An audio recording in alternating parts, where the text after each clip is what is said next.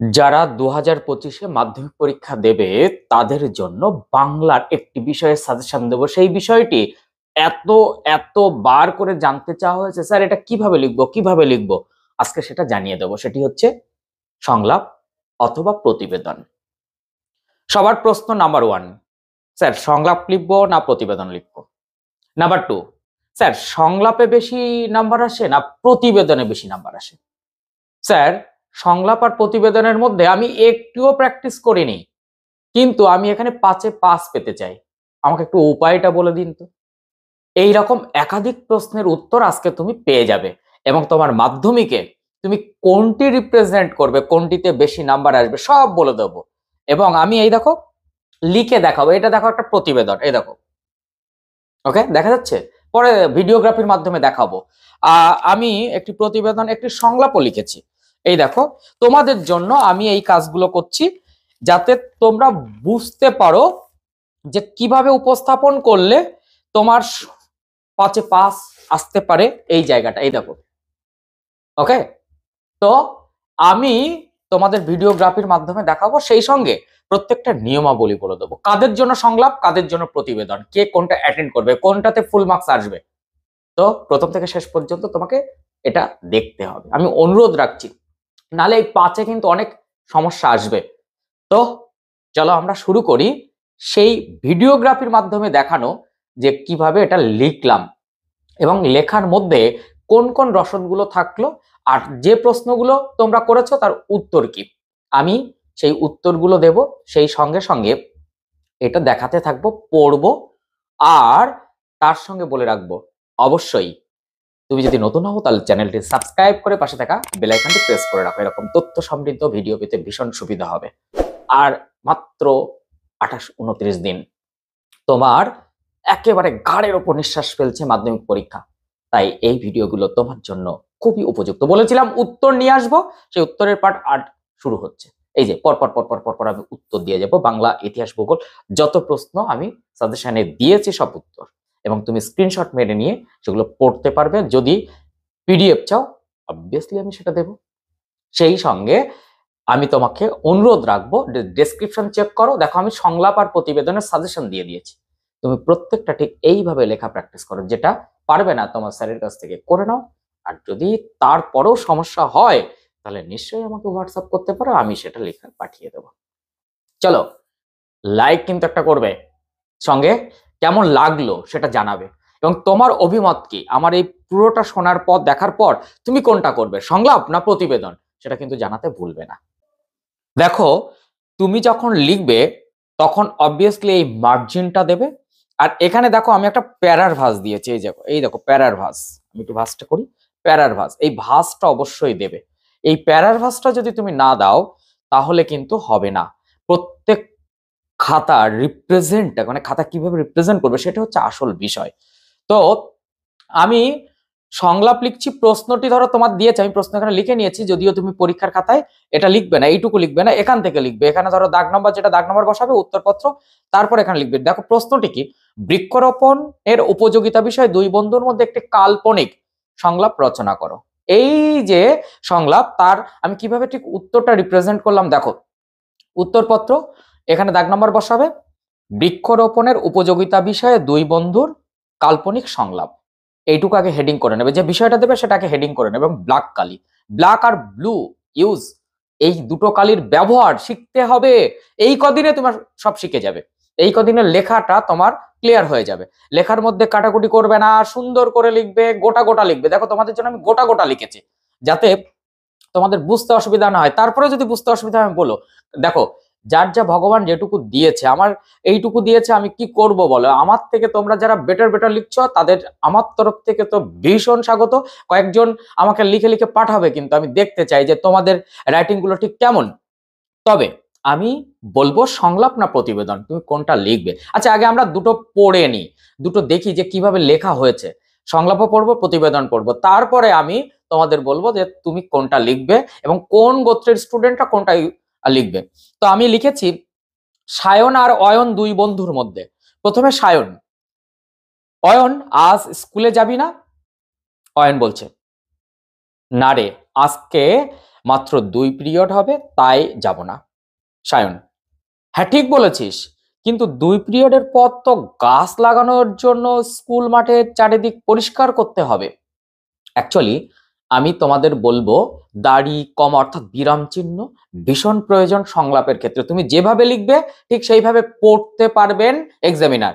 তো তারপর বলছে সায়ন: হ্যাঁ ঠিক বলেছিস, কিন্তু 2 পিরিয়ড পর গাছ লাগানোর জন্য স্কুল মাঠের চারিদিক পরিষ্কার করতে হবে।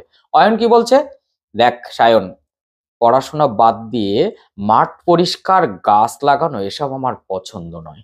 সায়ন বলছে: কি বলছিস তুই? গাছ তো পরিবেশের বন্ধু, মানুষের বেঁচে থাকার রসদ। গাছ কেটে ফেলছে মানুষ, ফলে পরিবেশ দূষিত হচ্ছে, এমনকি পরিবেশের ভারসাম্য নষ্ট হচ্ছে। আমি এইটুকু লেখার পর আবারও বলছি, এই নিয়মটা তুমি ফলো করবে, তাহলে তোমার সংলাপ খুব ইজি হয়ে যাবে।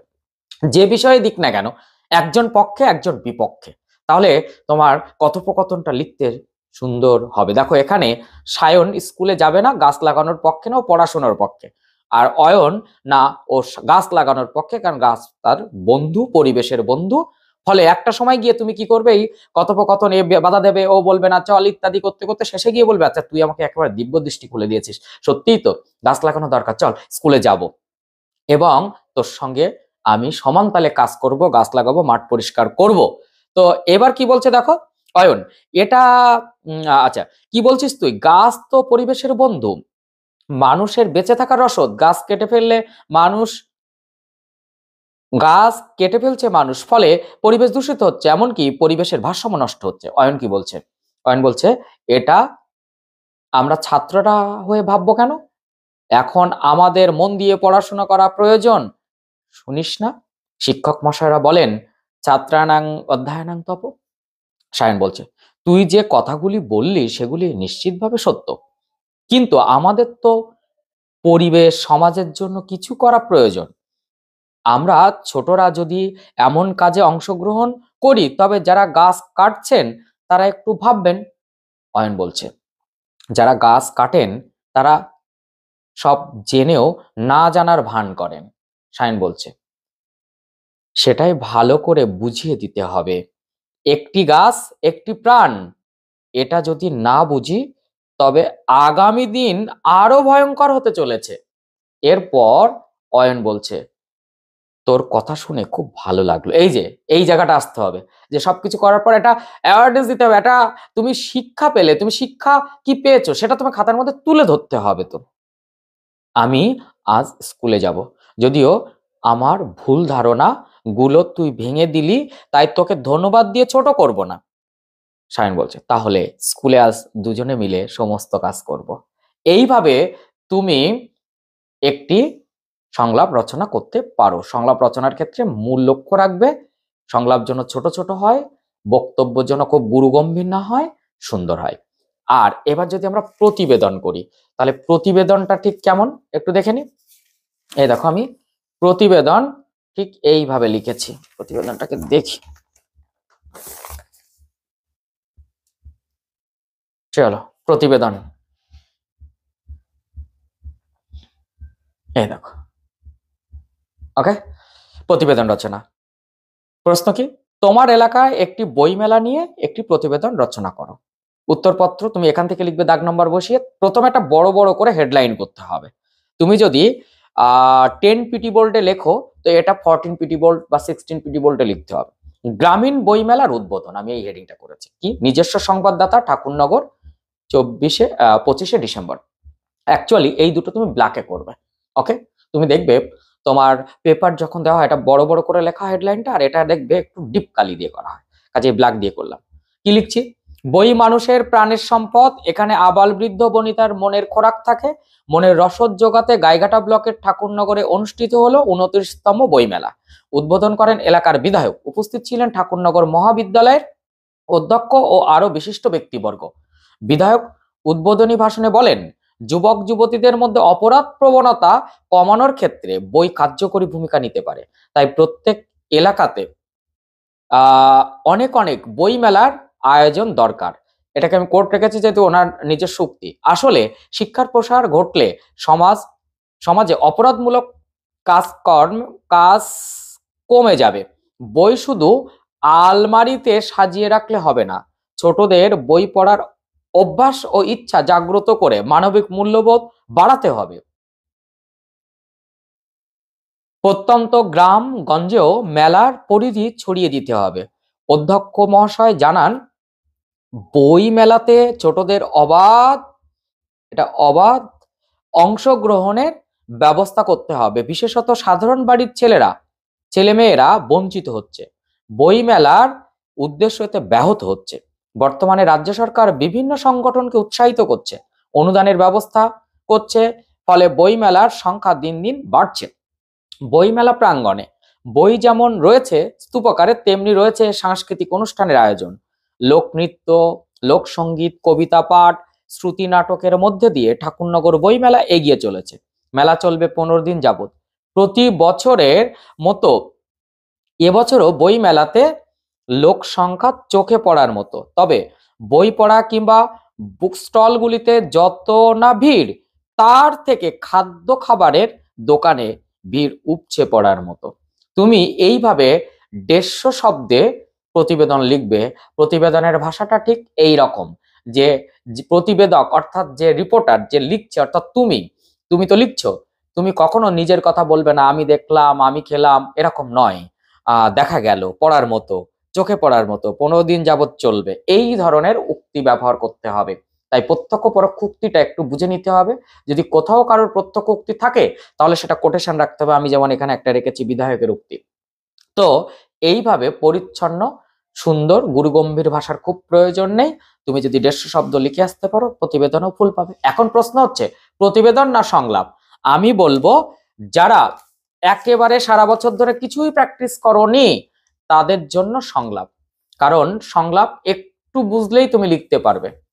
আর যারা সারা বছর প্রতিবেদন প্র্যাকটিস করেছো কিন্তু আমি এখন বলছি সংলাপ, না, তারা প্রতিবেদনেতেই যাবে। আরেকটি পন্থা, সেটা হচ্ছে দুটোতেই সমান নাম্বার আসে যদি সঠিক লেখা হয়, ভালো লেখা হয়। সেক্ষেত্রে তুমি দেখবে সাজেশন ওয়াইজ কমন আসলো কিনা। এক, যাদের নিজের লেখার হাত, তাহলে যেটি বেশি প্র্যাকটিস করেছো সেটিই লেখো। তবে টার্গেট রেখো সবসময়ের জন্য যেন প্রতিবেদন সংলাপে কোনো রকম ভাবে এরটা ওর ঘাড়ে ওরটা এর ঘাড়ে না চলে যায়। এই যে সায়নয়ন, অনেক অনেক সময় কার কোন বিষয় সেটা মাঝখানে হড়কে যায়, সেটা যেন না হয় কখনো, এটা লক্ষ্য রেখো। তাহলে তোমার কোনো রকম সমস্যা হবে না, এটুকু আমি বলতে পারি। আর প্রতিবেদন সংলাপের একটি মুখ্য বিষয় হলো যে তোমাকে সঠিক বিষয়টা সঠিকভাবে উপস্থাপন করা। তো সেটা যদি তুমি করতে পারো, আমি বলবো দুটোই করা যায়। তাই প্রথমে যতগুলো প্রশ্ন ছিল যে প্রতিবেদন না সংলাপ, আমি বলবো দুটোই, যার যেটা পছন্দ, দুটোই ভালো নাম্বার আসে, দুটো ভালো লেখাতেই নাম্বার আসে, অর্থাৎ ভালো লিখলে ভালো নাম্বার আসে। সেকেন্ড, প্রতিবেদন এবং সংলাপ লিখতে গেলে প্রতিবেদনের ভাষাতে প্রতিবেদন লিখতে হয়, সংলাপের ভাষাতে সংলাপ লিখতে হয়। তাই কখনো এই দুটোকে গুলিয়ে ফেলার কোনো জায়গা নেই। আমি ডেসক্রিপশনে তোমাদের সংলাপ প্রতিবেদনের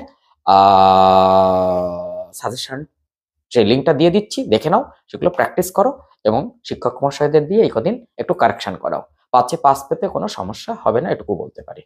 টাটা।